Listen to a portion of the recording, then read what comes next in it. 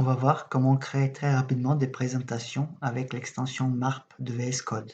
Pour cela, on va créer une présentation qui contient une page de garde, un peu de texte, des formules mathématiques, une image extraite d'un manuel, encore une image avec des maths à côté et du code avec son résultat. Je viens de créer un dossier vide qui s'appelle présentation MARP dans lequel on ouvre l'éditeur VS Code. On va dans l'onglet avec les extensions, on tape MARP et l'extension MARP pour VS Code apparaît, puis on l'installe. Puis on ferme l'onglet et on se rend sur l'onglet avec les fichiers. On crée un nouveau fichier qu'on appelle présentation MD.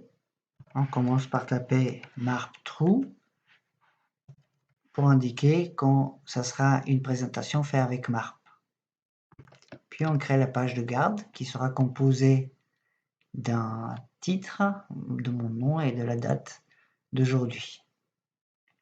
Pour afficher ce premier slide, on clique sur l'icône qui est ici en haut à droite et on voit le résultat. Pour insérer un slide, il suffit de mettre 3 petits traits qui indiquent un séparateur de slide, puis de continuer d'écrire. Ici, on a mis un sous-titre et un sous-sous-titre avec une liste non numérotée. On peut créer un autre slide avec une liste numérotée cette fois-ci. Et avant de passer à la suite, on va d'abord personnaliser un petit peu la mise en forme de notre présentation. On va d'abord dire que le thème est Gaïa, puis que les pages sont au format 4/3. On va dire que nos slides vont être centrés. Et on va indiquer que la première page, elle sera différente des autres. Le souligné ici indique que ça concerne qu'une seule page. Et comme la page juste après, c'est la page de garde, c'est elle qui est concernée. Ici, invert, ça veut dire que ça inverse les couleurs, mais on peut mettre aussi Gaïa comme mode bleu invert. On va rajouter des numéros de page sur tous les slides, sauf sur la première. Comme ici, on peut le voir, 2, 3. Et pour finir avec la présentation, on va rajouter une en-tête et un pied de page, qu'on voit ici présent sur tous les slides.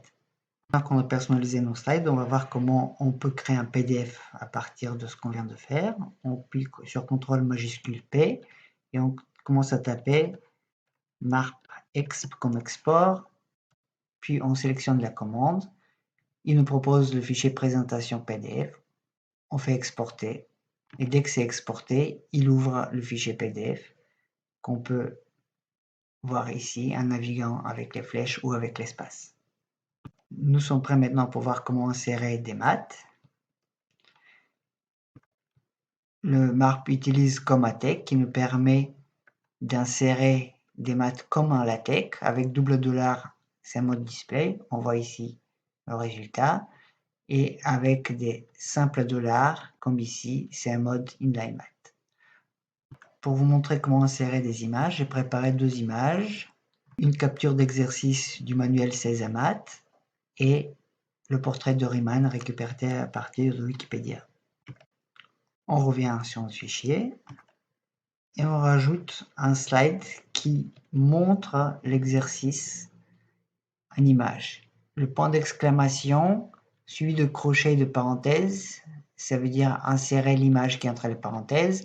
Et entre les crochets, on peut rajouter des options comme on va le voir juste un petit peu après.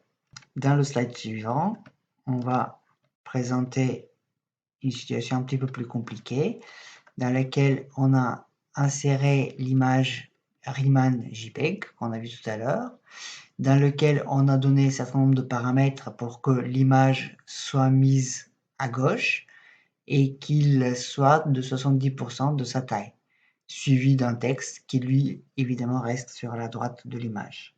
Pour le dernier slide, pour vous montrer comment on sert du code, j'ai préparé un fichier Python qu'on peut exécuter directement dans VS Code, comme maintenant.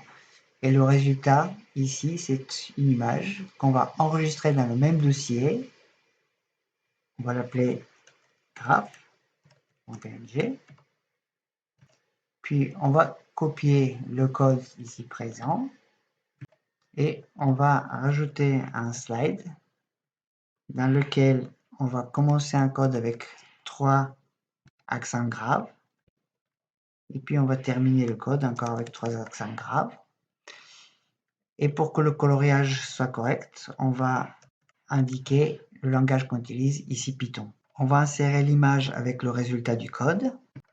Les paramètres ici indiquent que l'image va occuper la partie droite, 30% de la partie droite de l'écran, et que la taille de l'image sera relative à cette partie à 80%.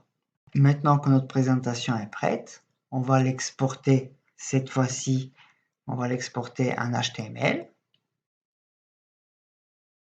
Et le résultat s'ouvre dans le navigateur où on pourra naviguer encore une fois avec l'espace pour voir toutes les pages.